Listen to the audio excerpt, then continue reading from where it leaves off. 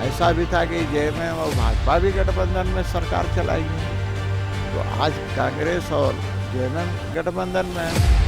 कल क्या होगा ये कहना मुश्किल है। आज लेकिन मैं इतना जरूर कह सकता हूँ कि रामगढ़ उपचुनाव में जो एनडीए गठबंधन है यानी भाजपा का जो गठबंधन है वही जीतेगी, ये मुझे पूर्ण विश्वास है। कांग्रेस के जो अध्यक्ष मेरा कहना है कि भाई ये तो कांग्रेस की नीति और रीति है, इसलिए इसके अध्यक्ष क्या बोल रहे हैं नहीं बोल रहे हैं वो कोई महत्वपूर्ण स्थान नहीं रखता है। कोयले का अवैध खनन एक बहुत बड़ी समस्या है, ये सरकार पर डिपेंड करती है। जब सरकार तत्पर रहती है कि नहीं हमें अवैध खनन नहीं होने देना है तो अधिकारी भी चुस्त और दुरुस्त रहते हैं।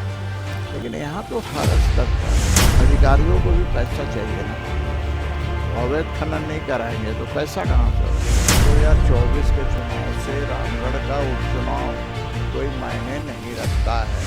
ये राजेश ठाकुर क्या बोलेंगे, राजेश ठाकुर तो खुद डरे हुए हैं, तो उन्हीं के पार्टी में लोगों ने विद्रोह कर दिया, उन्हीं के खिलाफ कर दिया, तो किस मुंह से बोलते हैं। झारखंड में लोकसभा हो या विधानसभा चुनाव 2024 की तैयारियां पार्टियों के स्तर पर शुरू हो चुकी हैं। तमाम राजनीतिक दल जो हैं अपने लिए ज़मीन तैयार करने की कोशिश कर रहे हैं, लेकिन उससे पहले विधानसभा उपचुनाव यानी रामगढ़ का उपचुनाव बेहद महत्वपूर्ण है। इस वक्त हमारे साथ बातचीत करने के लिए बीजेपी के विधायक सीपी सिंह साहब मौजूद हैं। सर, रामगढ़ उपचुनाव को हम लोग किस नज़र से देखें, केवल एक रामगढ़ का बाई इलेक्शन के नज़रिए से देखें या 2024 के चुनाव से पहले एक लिटमस टेस्ट के तौर पर देखें? 2024 के चुनाव से रामगढ़ का उपचुनाव कोई मायने नहीं रखता है। इसलिए मायने नहीं रखता है कि भाई 2024 में क्या स्थिति क्या परिस्थिति बनेगी। देखिए, चुनाव में समीकरण भी बहुत काम करता है। समीकरण के कारण ही अच्छे अच्छे उम्मीदवार हार जाते हैं और बहुत लोग जीत भी जाते हैं।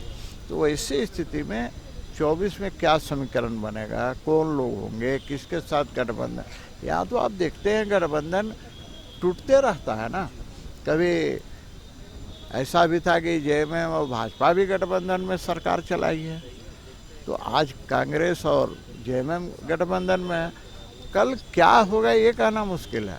आज लेकिन मैं इतना जरूर कह सकता हूँ कि रामगढ़ उपचुनाव में जो एनडीए गठबंधन है यानी भाजपा का जो गठबंधन है वही जीतेगी, ये मुझे पूर्ण विश्वास है। कांग्रेस के जो अध्यक्ष है राजेश ठाकुर वो कह रहे हैं कि सर आप लोग तो पहले ही डर गए हैं, आप लोग अपने उम्मीदवार से पहले आसू को समर्थन देने की बात कर रहे हैं। आपको पता है कि वहाँ जो समीकरण है वो आपके फेवरेबल नहीं है। अब देखिए राजेश ठाकुर क्या बोलेंगे, राजेश ठाकुर तो खुद डरे हुए हैं, क्योंकि उन्हीं के पार्टी में लोगों ने विद्रोह कर दिया, उन्हीं के खिलाफ कर दिया, तो किस मुँह से बोलते हैं।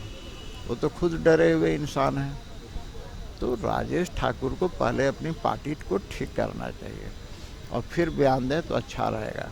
लेकिन वहीं उनके यहाँ आज स्थिति है, यहाँ पूरे झारखंड के अंदर एक विद्रोह सी उत्पन्न हो गया। आपने देखा होगा जब जिलाध्यक्षों का बना तो फिर कई जगह के लोगों ने आंदोलन किया, फिर तो मेरा कहना है कि भाई ये तो कांग्रेस की नीति और रीति है, इसलिए उसके अध्यक्ष क्या बोल रहे हैं नहीं बोल रहे हैं वो कोई महत्वपूर्ण स्थान नहीं रखता है। बीजेपी की सक्रियता बहुत बढ़ गई है सर। पिछले दिनों अमित शाह साहब आए थे, उसके बाद आप लोग में कहीं न कहीं ये एक फिर से वो पार्टी संगठन में रवानगी देखी गई है।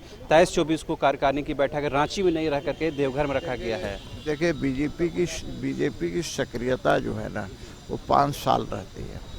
5 साल बीजेपी कहीं चुनाव, जैसे गुजरात में चुनाव जीती तो बीजेपी की वहाँ निष्क्रियता नहीं होगी ना, वहाँ जीती है चुनाव और फिर अगला 5 साल की तैयारी कर रही है। 2024 लोकसभा का चुनाव तैयारी कर रही है। इसलिए भारतीय जनता पार्टी सालों भर अपना संगठन, संघर्ष और संरचना में काम करती रहती है। सवाल सर, कल धनबाद में एक कार्यक्रम था जिसमें राज्यपाल साहब मौजूद थे। उस दौरान उन्होंने अवैध खनन, कोयले के अवैध खनन को लेकर बड़ा चिंता जताई कि इस पर क्यों नहीं लगाम लग पा रही। ये लग रहा है कि बहुत मेजर इशू है झारखंड में, इसका हल होना चाहिए। देखिए, कोयले का अवैध खनन एक बहुत बड़ी समस्या है। ये सरकार पर डिपेंड करती है। जब सरकार तत्पर रहती है कि नहीं हमें अवैध खनन नहीं होने देना है तो अधिकारी भी चुस्त और दुरुस्त रहते हैं। लेकिन यहाँ तो हर स्तर पर अधिकारियों को भी पैसा चाहिए ना। अवैध खनन नहीं कराएंगे तो पैसा कहाँ से होगा। अरे मैं तो बहुत से लोगों को जानता हूँ जिनके राजपाट में ट्रक का ट्रक रोज निकलता है, और पहले भी निकलता था, आज भी निकलता। मैं ऐसा नहीं कहता कि सिर्फ इसी सरकार में ये ऐसा है। अवैध खनन का मामला एक रोग की तरह है और ये रोग फैलता जा रहा है। तो सरकार यदि वाकई में इसके प्रति जागरूक है, संकल्प है कि हम अवैध खनन नहीं होने देंगे, तो सरकार चाह जाएगी तो कोई अवैध खनन नहीं होगा। लेकिन सरकार की ही संलिप्तता होगी तब तो अवैध खनन होगा ही। तो आपने सुना, ये थे बीजेपी के विधायक और रांची के एमएलए सीपी सिंह साहब, जिन्होंने साफ तौर पर कहा कि अगर सरकार प्रशासन चाह ले तो किसी भी रूप में पत्थर हो, कोयला हो, बालू हो, किसी का भी अवैध खनन नहीं हो सकता है। लेकिन सरकारों को इस बारे में थोड़ा और कमिटमेंट दिखाना होगा। फिलहाल आप देखते रहिए न्यूज़ 22 को। मुझे और मेरे कैमरा सहयोगी राजा को दीजिए इजाज़त। नमस्कार। वेलकम टू चाचा मामा दंगल। हास्य अदाकार संजय मिश्रा से गुजारिश है कि वह अखाड़े में कूदे और फुलटूस को ट्रॉफी से नवाजे। लगता है समाधि ले ली। अरे बुला रहे हैं। अरे बोल रहे हैं कि बुला लो। टॉप टेक सीमेंट, जो जोड़े तो छोड़े नहीं, मजबूती ही हमारी पहचान। Welcome to Hotel Crown Plaza. Hotel Crown Plaza के रेस्टोरेंट सैफरॉन में हम आपको दे रहे हैं क्रिसमस और नए वर्ष के शुभ अवसर पर ग्राहकों के लिए विशेष छूट।